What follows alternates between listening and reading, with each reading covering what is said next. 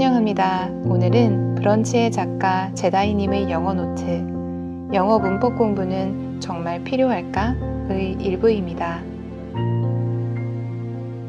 우리가 영어를 배우는 데는 크게 5가지 파트가 있다. 리스닝, 스피킹, 작문, 독해, 그리고 문법. 그 중에서 우리가 가장 많이 시간을 쏟는 부분은 바로 독해와 문법이다. 수능 외국어 영역도 절반 이상이 독해, 문법 문제들이고 이제는 기본 스펙이 되어버린 토익도 100문제나 차지한다. 그래서 그런지 우리나라 학생들은 독해와 문법 문제만큼은 웬만한 원어민만큼 척척 풀어내는 것 같다. 그런데 그만큼 다른 부분, 특히 스피킹 쪽에서는 크게 실력 발휘가 안 되는 경우가 많다. 근본적인 문제는 사고방식이랑 어순의 차이로 인한 것이지만 여기서 다소 이해가 되지 않는 얘기가 나왔다. 스피킹을 제대로 하려면 문법을 신경 쓰지 말아야 한다. 반은 맞는 말이라고 생각한다. 머릿속에서 문법을 너무 신경 쓰는 것보다는 한마디라도 말하려는 게 더 낫기는 하다. 그런데 이 말이 아예 문법 공부가 필요 없다는 식으로 다소 와전되어 버렸다. 그렇다면 정말 영어 공부를 할 때 문법 공부가 필요가 없을까? 먼저 아이일 때 공부하는 것과 어른일 때 공부하는 것이 다르다고 말해주고 싶다. 우리가 아이일 때 한국어 공부를 어떻게 했는지 기억하나? 먼저 말하고, 듣고, 글자를 쓰고, 그 후에 문법에 대해서 공부를 한다.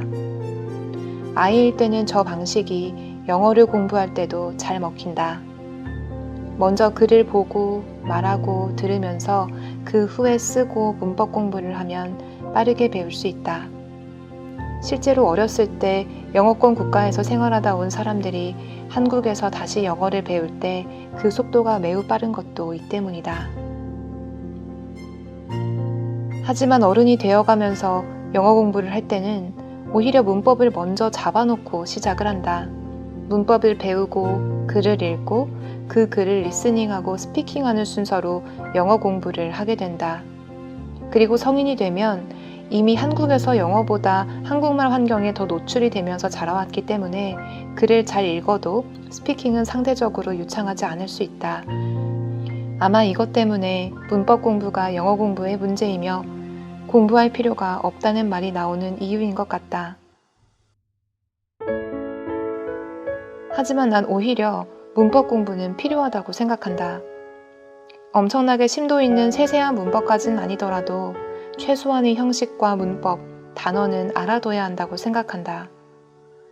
물론 우리가 영어권 국가가 아닌 외국인이다 보니 우리가 짧은 영어로 말해도 원어민은 알아듣고 이해해 주려고 노력한다.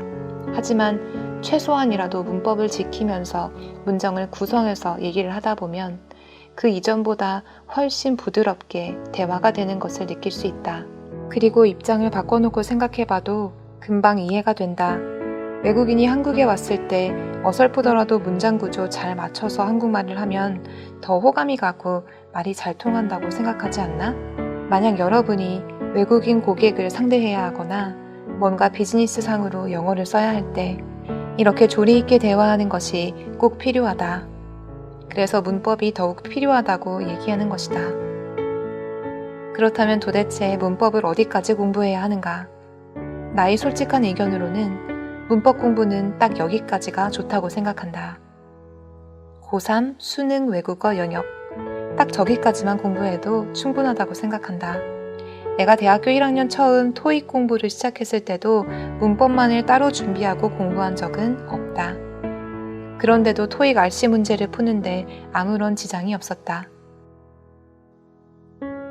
그러니 우리 절대 문법 공부를 포기하지는 말자. 한번 문법을 잘 다져놓으면 나중에 영어 공부하는 게 훨씬 편해진다. 화이팅! 영어 강사로 일하면서 문법을 어떻게 공부해야 하는지, 꼭 공부를 해야 하는지에 대한 질문을 참 많이 받았는데요.